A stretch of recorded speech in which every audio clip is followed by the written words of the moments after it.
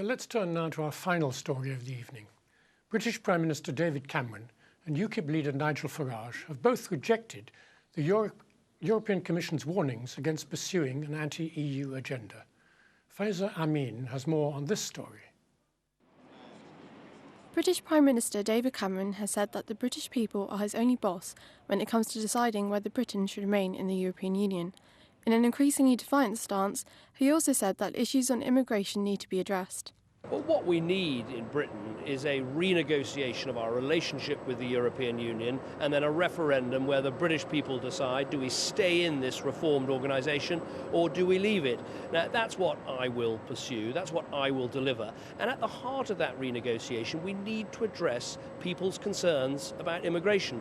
I'm very clear about who the boss is, about who I answer to, and it's the British people. They want this issue fixed, they're not being unreasonable about it, and I will fix it.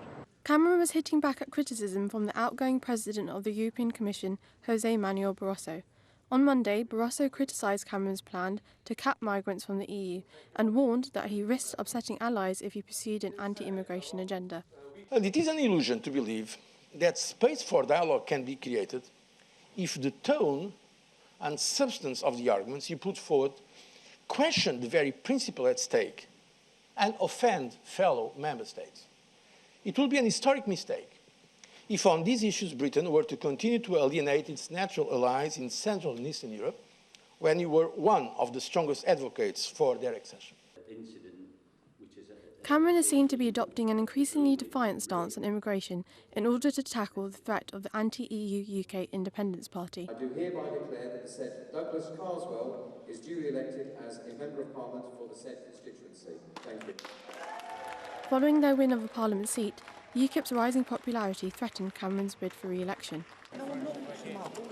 Under pressure, Cameron has promised that if he wins the next election, he'll seek to renegotiate Britain's European ties and put the new relationship to voters at a referendum by 2017. The big question that he now faces is whether he can implement big changes on European immigration while Britain remains a part of the EU. Mohammed Amin, The Report, Islam Channel. Well, in the studio to discuss this with me are Mohammed Amin, chairman of the Conservative Muslim Forum, and Habib Rahman, chief executive of the Joint Council for the Welfare of Immigrants. Welcome to the show. Let me start with you, Mohammed Amin. I mean, we saw Jose Manuel Barroso criticising David Cameron's tone and substance, saying it's offensive to other members of the EU. Would you agree with that? No, I wouldn't. Nobody thinks that the European Union is perfect. It can always be improved, and that is what David Cameron wants to do. And it's quite clear that the free movement of labour poses quite a number of challenges with an EU of 28, with economies at vastly different levels of income, so different from the EU of 6 when it was first agreed, or the EU of 12 when we joined. I think what David Cameron wants to achieve is a reasonable renegotiation with some amendments to how the free movement of labour works, designed to be something that can be supported by other members of the European Union. Well, he's talked about a cap, but I mean, Barroso and other European leaders have said there cannot be a cap. You cannot have a numerical limit put on the freedom of movement. I don't see why, because look at Luxembourg, population of 250,000. The idea that 100 million people can move to Luxembourg is nonsensical. And if that were to happen, the Luxembourg government would be crying immediately for some kind of numerical limit. So there's nothing unreasonable about the concept of a numerical limit. The question is, how is it applied? Can it be brought in a way that the other members of the European support? Similarly, Germany has its own issues with immigration. No, but it requires a treaty change, doesn't it? And they're not going to give that. It requires a treaty change, and there's no reason to believe that other members of the European Union will not agree. Well, do you agree with that, Habib Rahman? I'm not a politician. What Prime Minister is doing at the behest of UKIP, now making some political noise.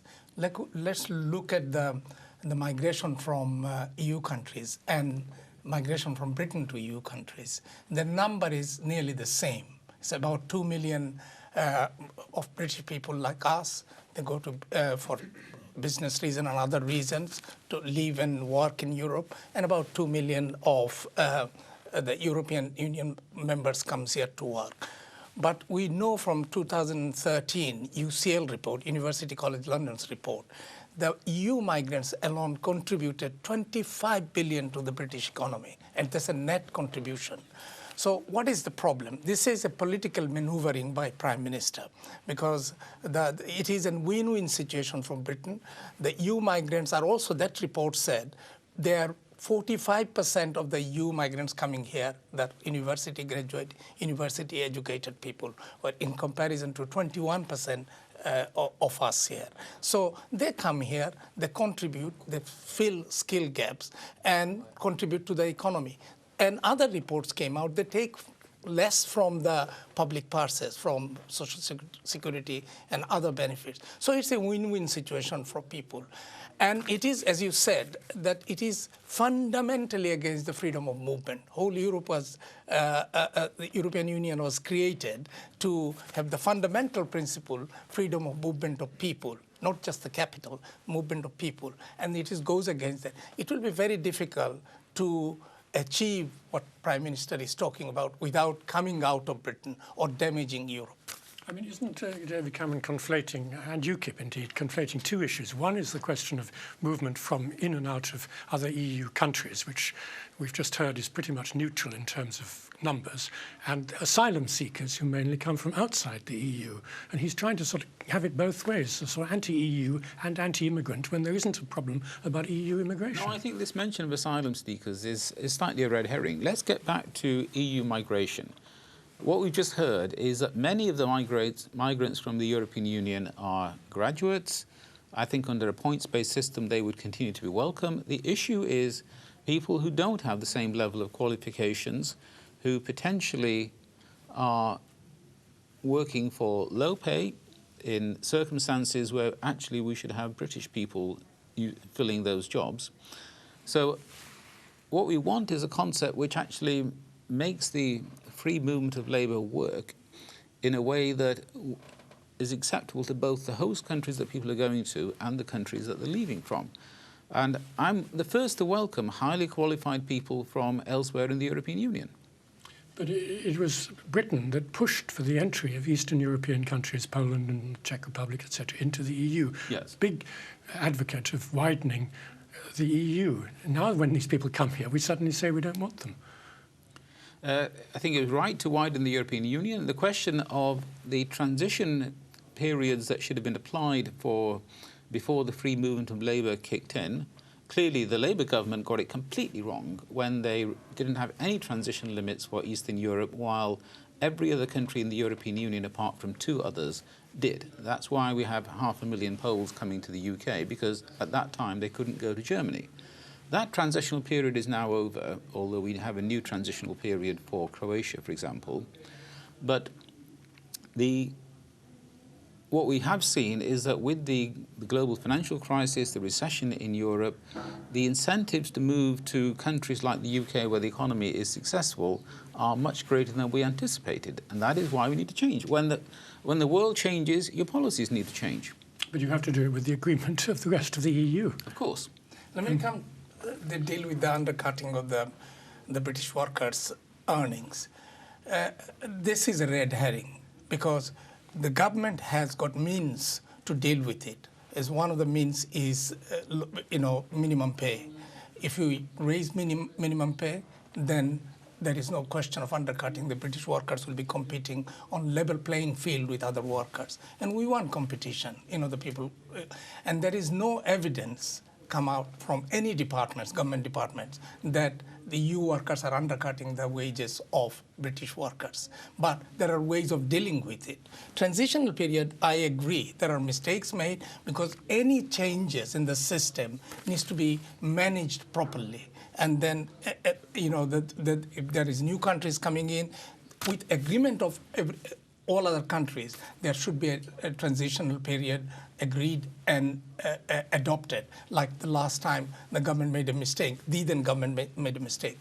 But this is a different thing. But coming out of Europe or talking about putting a point-based system in place, it will be very difficult in our view, and it is not in the interest of Britain to do this kind of thing. What about the issue of benefit fraud? I mean, are there not people who come from abroad, from the other EU countries, to take the advantage of our benefit system? What we have seen, every system has got some fraud element to it, and what we have seen from the report, it's minimum. The British, the benefit fraud from the British workers is many times more than the European workers.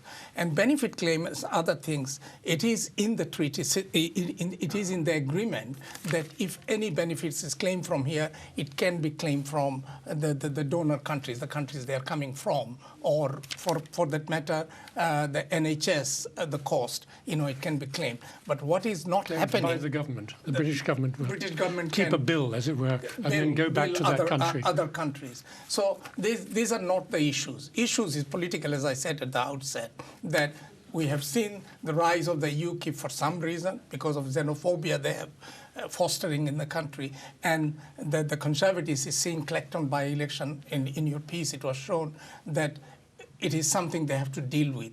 But we have to be truthful to the people, tell them the truth, that European migration, and for that matter, all migration under the point-based system, migration from non-EU countries, has been benefit to the UK.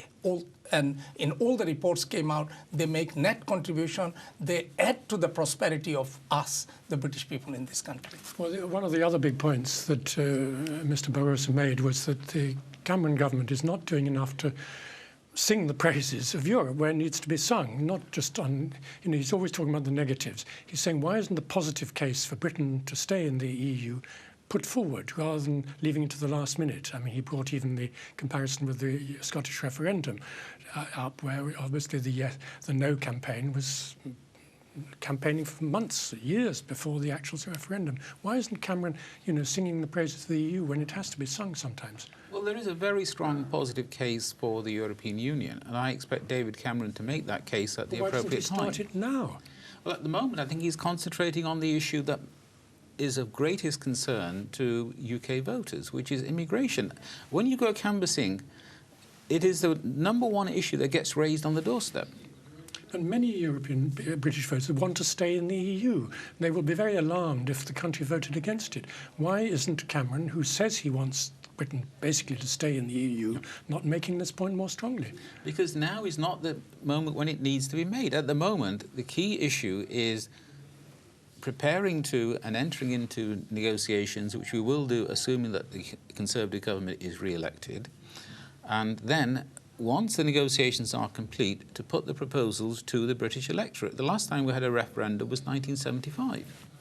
But you're sort of pushing the UKIP... And as somebody who is very pro-European, I'm keen to actually have a positive vote in the UK in favour of the European Union after this renegotiation.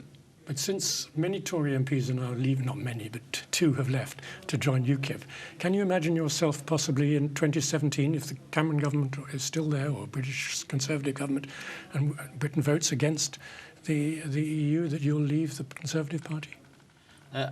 I never answer hypothetical questions. I do not believe that the UK is going to vote against the European Union if that referendum takes place. And the referendum will take place if and only if we have a majority Conservative government. What do you feel? I mean, do you think that Britain is pushing, Cameron is pushing hard enough the positive side of the EU? The point we would like to make is that the politicians, irrespective of parties, they have to be truthful to the public. The whole rise of the UKIP and the public the anxiety about immigration has been because of the politicians are not being truthful to the people. The point is the Prime Minister is talking about coming out of it. All the messages we are seeing that we'll renegotiate, otherwise we will come out, there will be a referendum, those kind of things. That voice coming out very strongly. Not the voice that what is in the interest of British people and for that matter for the interest of all European nationals. And we have seen post-war there is a movement, we don't want fighting with each other. We want live in harmony with each countries and develop ourselves. So no one with right mind can think that these are not progressive way to go forward. The politicians should be clean, come out to the public, tell the truth. There is distrust on the politician by the public that they are not hearing the truth. And immigration is one of the main fields. The politicians of all parties are not being truthful to the country. And I think Europe is good for us. It's a win-win situation for Britain and British people. Well, Habib Rahman, on that note, we'll have to end. Thank you very much, and thank you, Mohammed Amin. That's all the time we have for this episode of The Report. I want to thank all my guests on today's show in all segments, and thank you at home for watching. Do remember you can keep up with us on Twitter by following @IslamChannel and by using the hashtag #TheReport. We're back tomorrow evening at the same time, but for now we'll leave you with some footage of a group of Muslim women in the temple city of northern Indian Uttar Pradesh, engrossed in making lamps to give as gifts to their Hindu friends on the occasion of Diwali, the Festival of Lights, hoping, of course, to promote unity and love between the communities. Until tomorrow, good night.